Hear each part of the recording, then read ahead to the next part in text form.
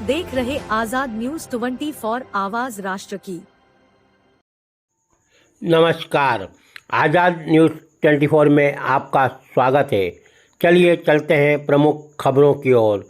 आज प्रदेश के मुखिया कांग्रेस के जीतू पटवारी एक दिनी प्रवास पर रतलाम पहुँचे।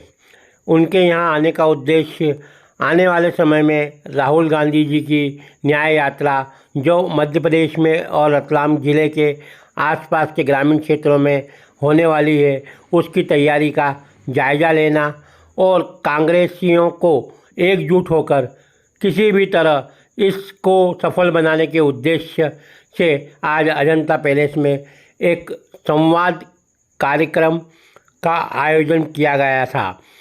इसमें उन्होंने अपने कार्यकर्ताओं में एकजुट होकर और पूरी मेहनत से कार्य कर राहुल गांधी की न्याय यात्रा को सफल करने और इतनी संख्या में लोगों की उपस्थिति कराने पर जोर दिया कि वह अपने आप में एक इतिहास बन जाए। आज उनके साथ प्रदेश के वरिष्ठ कांग्रेसी नेता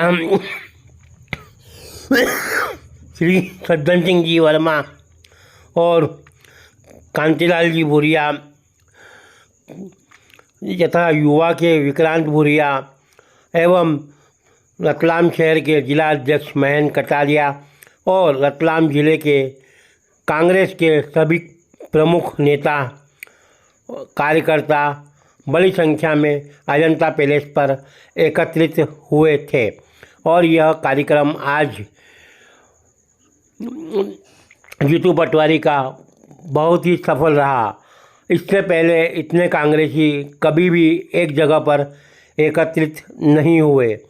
आज पहले युवा के अध्यक्ष श्री विक्रांत भूरिया ने अपने कार्यकर्ताओं में जोशीला भाषण देकर उनसे लड़ाई लड़ने का आह्वान किया और इसके लिए अगर उन्हें जेल जाना पड़े तो भी तैयार रहने को कहा।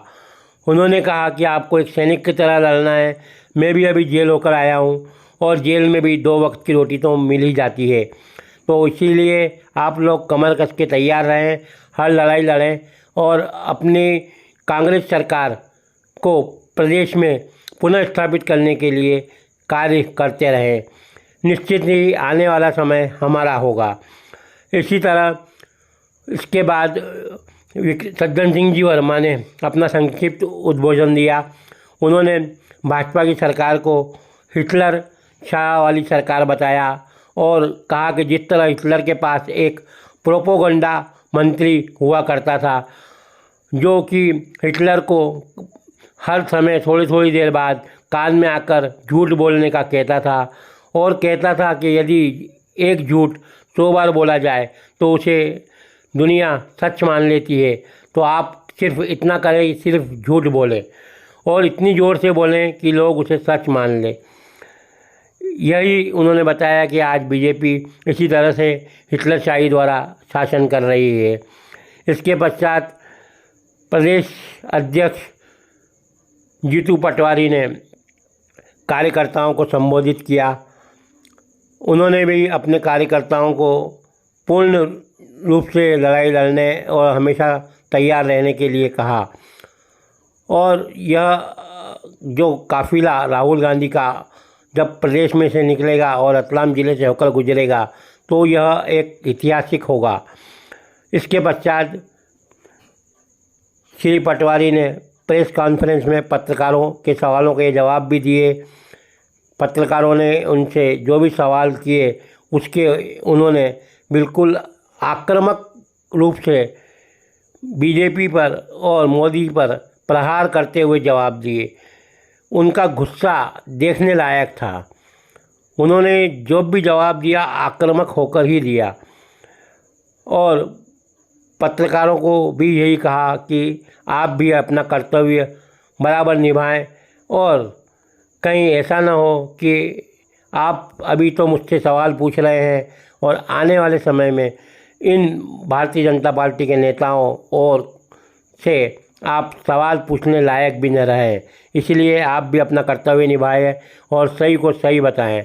उन्होंने बताया कि मोदी जी ने अभी अपनी गारंटी योजनाएं बताई है, उसके पहले उन्होंने जितने भी वादे किए आप बताइए एक भी वादे क्या पूरे हुए। उन्होंने लाखों नौकरियों का आश्वासन दिया था, क्या युवाओं को नौकरी मिली। उन्होंने नोटबंदी कर करोड़ों का काला धन लाने को कहा था, क्या आया। प्रत्येक व्यक्ति के खाते में जो लाख रुपए डालने को बोला था उन्होंने, क्या वह आए। आप बता दीजिए कि उन्होंने एक भी घोषणा को पूरा किया हो। वो केवल वादे करते हैं और भूल जाते हैं और हर चुनाव से पहले एक नया शगुफा छोड़कर आज देश 10 साल और केवल चुनाव जीतने का मकसद रखते हैं और देश की भोली भाली जनता को गुमराह कर वोट हासिल करना उनकी एक कला है और उसमें वो माहिर है। लोगों को झूठ बोलकर और अपने पक्ष में मतदान करवा लेते हैं और यह देश की भोली भाली जनता भी उनकी बातों में और नए चुनाव से पहले जो मुद्दे उछाले जाते हैं उसमें उलझ कर रह जाती है। पिछला चुनाव उन्होंने प्रदेश में शिवराज सिंह जी चौहान को आगे कर लगा था और जब चुनाव जीते तो उन्होंने चौहान को दूध की मक्खी की तरह निकाल कर बाहर फेंक दिया। आज के समय में वह अपने घर के आसपास और इधर उधर रोज पौधे लगा रहे हैं और उन्हें ऐसा काम सौंपा है, जाओ देश में घूमो, और वह अपने देश में घूम रहे हैं और उन्हें इस तरह बाहर कर दिया चुनाव जीतने के बाद। और उज्जैन के एक ऐसे नेता को प्रदेश का मुखिया बना दिया जिसे कोई जानता भी नहीं था और जो इस पद के लायक भी नहीं है। उसने अभी अपने इतने छोटे से कार्यकाल में ही प्रदेश को 250 करोड़ रुपए प्रतिदिन का उधार लेकर अपने प्रदेश के लोगों को कर्जे में डुबो दिया है। और अब कैसे प्रदेश का विकास होगा और कैसे हम उस कर्ज को चुकाएंगे और उसका ब्याज भर पाएंगे, इसकी कोई रणनीति नहीं है। केवल उन्होंने अभी तो अपनी वादों को पूरा करने और विकास करने के लिए करोड़ों का कर्जा ले लिया है। आज़ाद न्यूज़ 24 के लिए चीफ एडिटर भारत सिंह की रिपोर्ट। अगर आप और 3,000 रुपया मामा ने कहा, शिवराज मामा ने, जिनको मैं हमेशा कहता हूं कि बेरोजगारी और झूठ के मामा थे। अब उनकी जगह बहनों से वादा करके 3,000 का वो गए थे मुख्यमंत्री आदरणीय मोहन काका को बना दिया। कर्ज और क्राइम के काका निकले मोहन काका। 2 महीने क्राइम के 30 साल में सबसे बड़े हैं। इंडेक्स भी ये बताते, आपकी खबरें भी ये बताते। कर्ज, मध्य प्रदेश की आर्थिक स्थिति ऐसी बन गई कि लगभग 2.25 लाख रुपए के बजट में 2 लाख करोड़ रुपए के बजट में 40,000 करोड़ रुपया सिर्फ ब्याज और देनदारियां देनी रहती है। अभी जो अनुपूरक बजट आया इसमें विस्तृत इस बात को कहा गया। मैं मानता हूं कांग्रेस पार्टी को विपक्ष की भूमिका की बात कही है, वो दायित्व है सर माथे पे हमारे, जनता का जनादेश। मैं चूंकि चुनाव के कुछ समय बाद ही, चुनाव के परिणाम के कुछ समय 24 तारीख के दिन हम ब्लॉक स्तर पर इसका आंदोलन, धरना और प्रदर्शन करेंगे। गेहूं के दाम 2700 रुपए, घोषणा पत्र पूर्ण करो, जो बोला वो करो। 29 तारीख के दिन हम जिला स्तर पर ये कार्यक्रम करेंगे एजिटेशन का, जिससे सरकार जागे और करे, जो बोला वो करे। और 8 तारीख के दिन पूरे प्रदेश में जहां जहां खरीदी हो रही मंडियां, हर मंडी में कांग्रेस का कार्यकर्ता किसानों के साथ इस भावना को व्यक्त करेगा कि जो बोला वो करो। तो आज आएगा, कल आएगा, तेरा मन मेरा मन, क्राइम और कर्ज के काका हो आप आदरणीय मोहन यादव जी।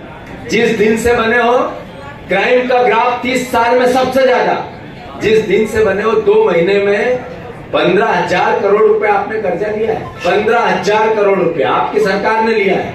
मतलब रोज 250 करोड़ रुपए का कर्जा, 250 करोड़ रुपए का कर्जा रोज मोहन यादव जी ने लिया है। 60 दिन में 15,000 करोड़ रुपए का कर्जा। तो मुख्यमंत्री जी जो कहा वो करो, बजाय इधर उधर की बातों के। अभी शिवराज सिंह चौहान कैसा फील कर रहे हैं, कैसा महसूस कर रहे हैं? शिवराज जी रोज एक पौधा लगा और रोज ये बात कह रहे हैं, जैसे उससे हम मिलते हैं, कैसे हो शिवराज जी, मुझे मिले थे थोड़े दिन पहले, आनंद, अब मजे ले रहा हूँ, आज मैं वहां जा रहा हूँ, आज मैं वहां जा रहा हूँ। मैंने कहा मोहन भैया कैसे हैं? तो थोड़ा सा सोचते विचारते और फिर कहते हैं जितू दूल्हा तो मुझे बनाया गया था, मुख्यमंत्री का चेहरा मैं था और लोगों के साथ धोखा कर लिया भारतीय जनता पार्टी ने, बोल नहीं पा रहे। जैसे आप लोगों में, मैंने अभी आप लोगों के लिए कहा, मैं बीजेपी के लोगों से भी अनुरोध करना चाहता हूं, जिस तरीके से लोकतंत्र को छोटा और डराने की भावना के साथ बीजेपी का आपका नेतृत्व देश में ला रहा है, एक दिन बीजेपी के कार्यकर्ता और नेताओं की कद्र भी नहीं बचेगी। आज शिवराज जी की जो गत हुई, हमारे विरोधी थे पर मुख्यमंत्री थे प्रदेश के, जो खूब मेहनत करके उन्होंने अपनी सरकार बनाई, बहनों से वादे करके अपनी सरकार बनाई। आपने उस लोकतंत्र की, लोकप्रियता की भावना की भारतीय जनता पार्टी ने हत्या की। अगर उनकी सरकार बनी थी तो शिवराज जी के चेहरे पे बनी, उनको दूध में से मक्खी जैसा निकाल के बाहर किया। ये मैसेज क्या है? ये मैसेज अनुशासन का नहीं है, ये मैसेज तानाशाही का, कि हम लोगों के मत का और विधायकों के अधिकार का की भावना की कदर नहीं करते हैं। हम अपनी डिक्टेटरशिप की भावना की, आदेश की भावना की फिक्र करते हैं। तो ये बीजेपी के लिए भी खतरा है।